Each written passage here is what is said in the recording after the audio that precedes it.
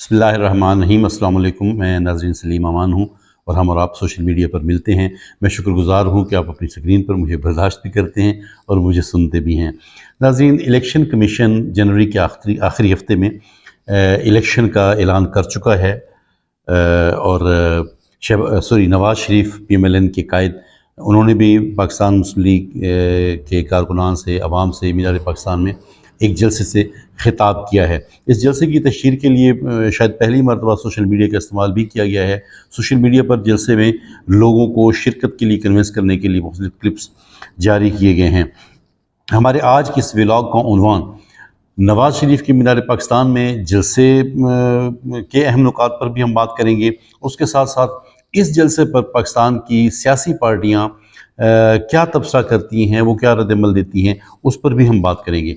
अगर पाकिस्तान मुस्लिम लीग नून के कायद नवाज़ शरीफ के मीनार पाकिस्तान में जलसे से खिताब से मुतल्लिक हम बात करें तो उन्होंने इस जलसे में अपनी वापसी से मुतल्लिक बात की है, कैदोबंद की सोबतें अपनी जो है उससे मुतल्लिक बात की है, अपने इलेक्शन के बयानिए बारे में उन्होंने बात की है और उसके अलावा फ़िलिस्तीन, कश्मीर और बांग्लादेश पर भी उन्होंने बात की है और नाम लिए बगैर एक दो मरतबा इमरान खान पर भी बात की है। वज़ारत उस्मा से हटाए जाने बारे भी उन्होंने बात की है। एटमी धमाके करने पर दुनिया भर की ऑफ़र जो उन्हें मौसूल हुई उस पर भी उन्होंने बात की है और आखिर में उन्होंने दुआ भी कराई, दुरूद पाक का विर्द करने, दुरूद पाक पढ़ने का भी मशवरा दिया और पाकिस्तान के खोए हुए मकाम को किस तरह से हम हासिल कर सकते हैं उस पर भी उन्होंने बात की।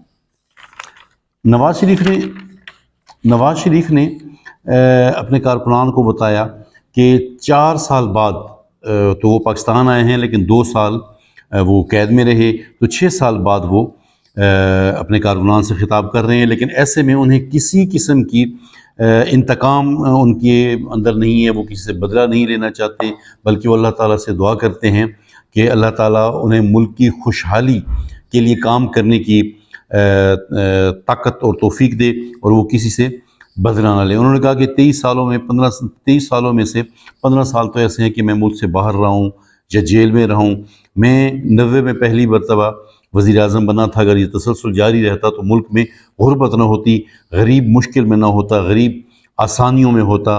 कोई शख्स जैसे उन्होंने कहा कि मुश्किलात का ज़िक्र किया तो उन्होंने कहा कि बिजली की बिलों की पोजीशन ये है कि अब या तो कोई शख्स बिजली का बिल भर सकता है या अपने बच्चों को पाल सकता है। उन्होंने अपनी कैदोबंद की सबूतों से मुतल्लिक कहा कि मुझे जेल में डाला गया, मुझे मुल्क से निकाला गया, मुझ पर, मेरे ख़ानदान पर और पाकिस्तान मुस्लिम लीग नून की क़यादत पर जाली मुकदमात बनाए गए। शहबाज शरीफ पर जाली मुकदमात बनाए गए, मरियम पर जाली मुकदमात बनाए गए।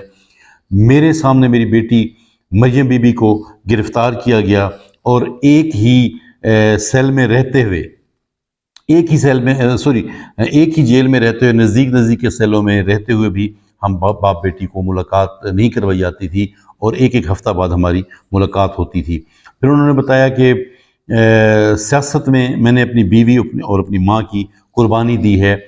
जब मुझे जेल में बताया गया कि आपकी बीवी की तबीयत नासाज है तो मैंने काफ़ी रिक्वेस्ट की कि मेरी बात लंदन में मेरे बेटों से करवा दी जाए, लेकिन मेरी बात नहीं करवाई गई। फिर मुझे कहा गया, मैं अपने सेल में चला गया। सेल का उन्होंने बताया कि मेरा 6 फीट का सारा एक सेल था जिसमें मुश्किल ही चारपाई आ सकती थी। उन्होंने कहा कि मेरे सेल में आके बताया गया कि आपकी बीवी वफ़ात पा चुकी हैं। अब हम मरियम को बताने के लिए जा रहे हैं। तो मैंने उन्हें कहा कि मरियम को बताने आप ना जाएँ, या तो मेरे पास उसे ले आएँ या मुझे उसके पास ले जाएँ। बयानिए से मुतल्लिक अगर बात करें तो अपने इलेक्शन से बयानी से मुतल्लिक उन्होंने कहा कि इलेक्शन की बयानी की अगर बात करते हैं तो मोटरवेज से पूछें, ग्रीन ट्रेन से पूछें, हमारा बयानिया लॉरी टनल से पूछें और उस बिजली से पूछें कि 20 घंटे की लोड शेडिंग होती थी और हमने बिजली बनाई, हमने प्रोजेक्ट लगाया, बिजली बनाकर बिजली को आम किया और बिजली को सस्ता किया। तो सस्ती बिजली से हमारा आप जाके बयानिया पूछें। चागी के पहाड़ों से हमारा जाके बयानिया पूछें। उन्होंने कहा कि हम 9 मई वाले नहीं हैं बल्कि 28 मई वाले हैं। हमने एटमी धमाका किया तो क्लिंटन हमें कह रहा था, अमेरिका का ताकतवर सदर कह रहा था कि आप एटमी धमाका न करें। भले हिंदुस्तान ने एटमी धमाका कर लिया है। नवाज़ शरीफ ने कहा कि $5 अरब की हमें ऑफ़र दी गई कि आप वो ले लें, मुल्क के लिए ले लें। तो उन्होंने कहा कि 1-2 अरब तो मुझे भी मिल जाने थे, लेकिन उन्होंने फिर नाम लिए बगैर कहा कि कोई और होता, आप तो जानते हैं कि कौन होता, आपको तो पता है कि कौन होता, कोई और होता तो शायद वो ले लेता, लेकिन दुनिया कह रही थी कि धमाका न करें, लेकिन हमने अपने मुल्क के झंडे को गिरने नहीं दिया, मुल्क के वकार की लाज रखी और हमने एटमी धमाका किया। नवाज शरीफ ने कहा कि कौन है वो लोग, कौन है वो लोग, उन्होंने एक से ज़ायद मरतबा कहा कि कौन है वो लोग जो नवाज शरीफ को चंद सालों के, कुछ ही सालों के बाद आवाम से दूर कर देते हैं। उन्होंने फिर कहा कि हम अपने हमसायों से अच्छे ताल्लुकात चाहते हैं, दुनिया से हम अच्छे ताल्लुकात चाहते हैं। नवाज शरीफ ने अपने खिताब में कहा कि हम रियासती इदारों से, आइन के मुताबिक चलने वाले रियासती इदारों के साथ मिलकर सियासी जमातों को आइन के साथ, आइन पर अमल करने वाले रियासती इदारों के साथ चलकर इन सतूनों को मिलकर काम करना होगा कि इसके बग़ैर मुल्क को आगे नहीं बढ़ाया जा सकता। कश्मीर और फ़लस्तीन पर भी बात की। नवाज शरीफ ने कहा कि कश्मीर पर हमें तदबीर के साथ काम करना होगा। फ़लस्तीन पर भी उन्होंने बात की कि हम दुनिया से मुतालबा करते हैं कि दुनिया अमन और इंसाफ से काम ले ताकि फ़लस्तीनी आज़ादी से अपनी ज़िंदगी जी सकें। बांग्लादेश पर उन्होंने बात करते कहा कि हमने उसे बोझ समझते हुए हटा दिया, आज वो पाकिस्तान से तरक्की कर गया है, हमें ये कबूल नहीं है, पाकिस्तान के लोगों को कबूल नहीं है, पाकिस्तान के लोगों को तरक्की कबूल है, पाकिस्तान के लोगों को आगे जाना है।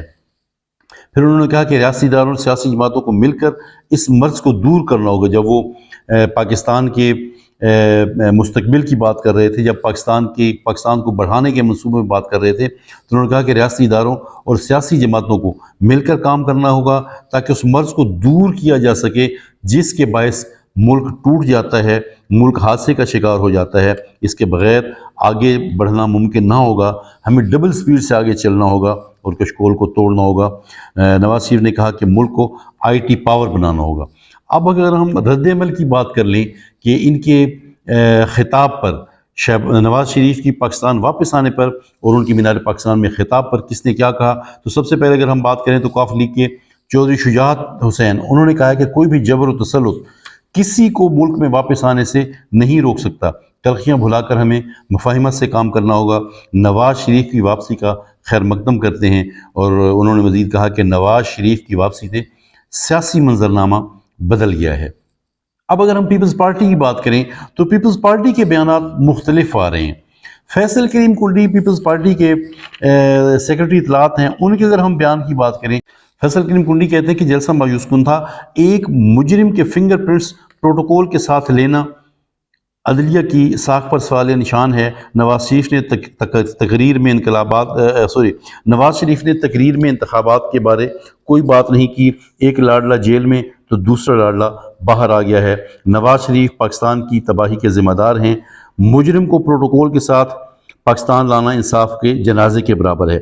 पीपल्स पार्टी की जनरल सेक्रेटरी हसन मुर्तज़ा वो कहते हैं कि जलसा मायूस कुन था, लोग भर भर कर लाए गए हैं, ये किसी लीडर की नहीं बल्कि एक कैदी की तकरीर थी। अब मुकाबलतन अगर आप देखें तो अफजल चंद, उनका बयान बड़ा लाइट है। नदीम अफजल चंद जो पाकिस्तान पीपल्स पार्टी के हैं, उनका कहना है कि शो ठीक था, लाहौर बाहर नहीं निकला, सियासी ताकतों को बात करना होगी, सियासी लोग डायलॉग किया करते हैं।